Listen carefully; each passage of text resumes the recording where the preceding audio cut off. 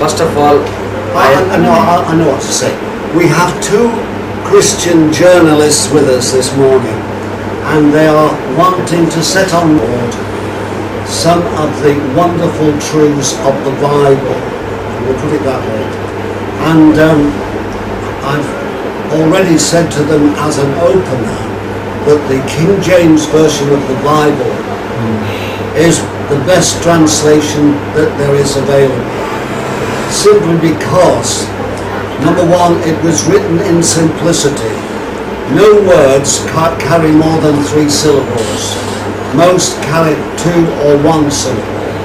Like the word house is used, or home it can be used, but we could also use the word residence, which is 3 syllables, but the translators would use 1 syllable.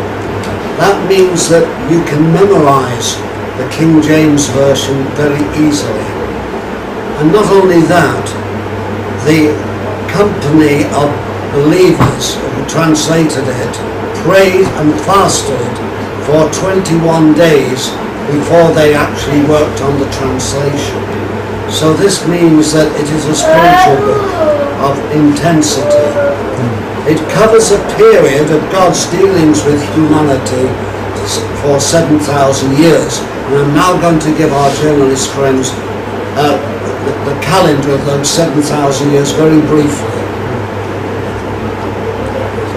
Yes, we do that. Right. So we have here Sam Sudhakar, who represents for the Christian magazine, namely the Christian Society. Another one is Mahima Shakti, Clear Righteousness. So he represents for the magazine, which circulates thousands of people. Wow, absolutely. Take your hand.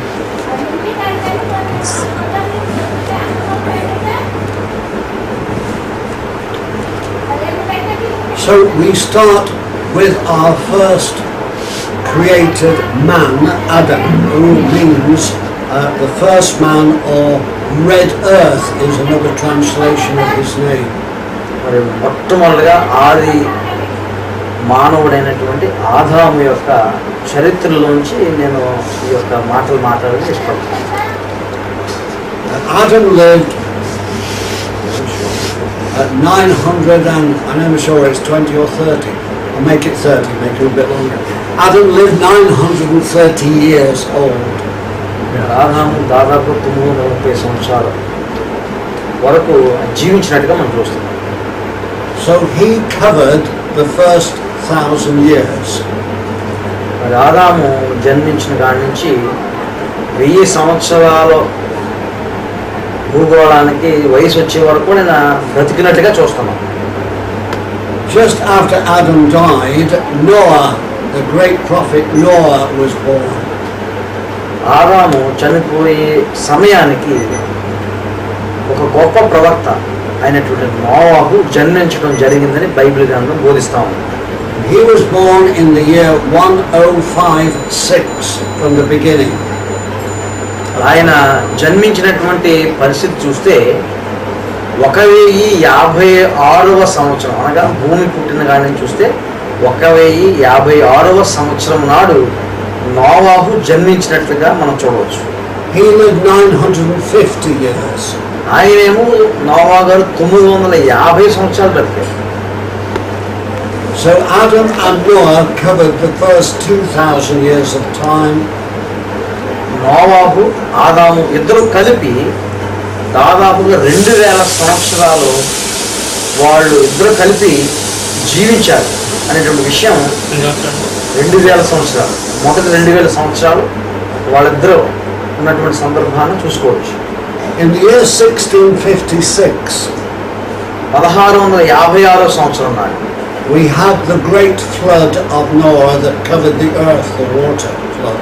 1656 సంవత్సరాలుగా భూమి పుట్టిన 1656 సంవత్సరం నాడు ఒక భయంకరమైనటువంటి ముప్పెన లేకపోతే వరద వచ్చినటువంటి మాట వాస్తవమైంది. Most religions have built into their history the story of the great flood. చాలా మతాల వారు విశ్వసించేది ఏంటంటే ఈ యొక్క ప్రపంచంలో ఒకే ఒకసారి పూర్తిగా నీటితో ముచ్చబడినటువంటి సన్నివేశం వారి పుస్తకాల్లోనే వ్రాయబడి ఉంది. British scientists have said there were two beginnings for the human race. One, they go back the time of Adam, and the other goes back to Noah, because after the flood we had just 8 people on the earth to repopulate the earth. ఆదాము నుంచి నోవాహు వరకు, నోవాహు నుంచి ఆదాము నుంచి నోవాహు వరకు కూడా ఐదుగురు కూడా దాదాపుగా 2000 సంవత్సరాలు దాదాపుగా వాళ్ళు జీవించాలన్న విషయం ఇందాక చెప్పాను.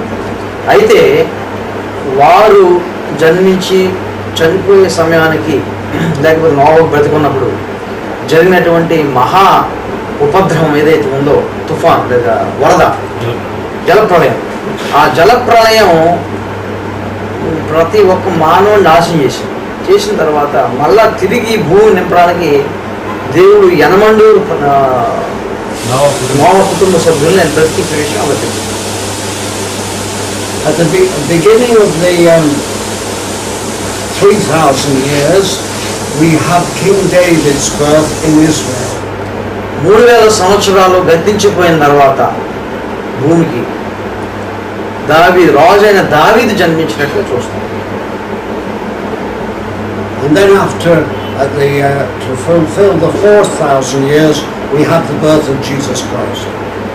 3000 సంవత్సరాల నాడు జన్మించినటువంటి దావీదు అయినటువంటి రాజు అయినటువంటి దావీదు తర్వాత 1000 సంవత్సరాల తర్వాత, అనగా 4000 సంవత్సరాలు పూర్తవుతున్న సందర్భంలో రక్షకుడైనటువంటి యేసుక్రీస్తు ప్రభు జన్మించినట్టుగా మనం చరిత్రటువంటి బైబిల్ గ్రంథాలు కావచ్చు, లేకపోతే బైబిల్ సంబంధించినటువంటి ఆధారాలు బట్టి చెప్పవచ్చు.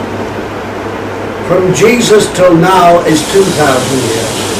యేసు ప్రభు నుంచి ఇప్పటి వరకు ఈ యొక్క చూసుకున్నట్టయితే 2000 సంవత్సరాల యొక్క స్థితి కనిపిస్తాం. Now it's becoming increasingly clear that God is working to a 7 days program, where each day is valued 1,000 years.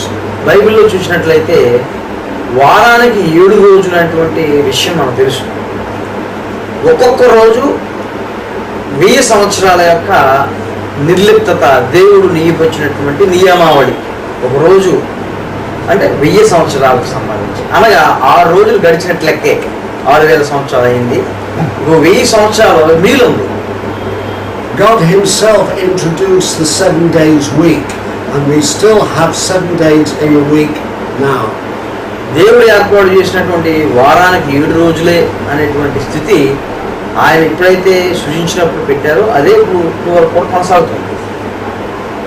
So when people say I do not believe in God, I say then who inaugurated the 7 days week?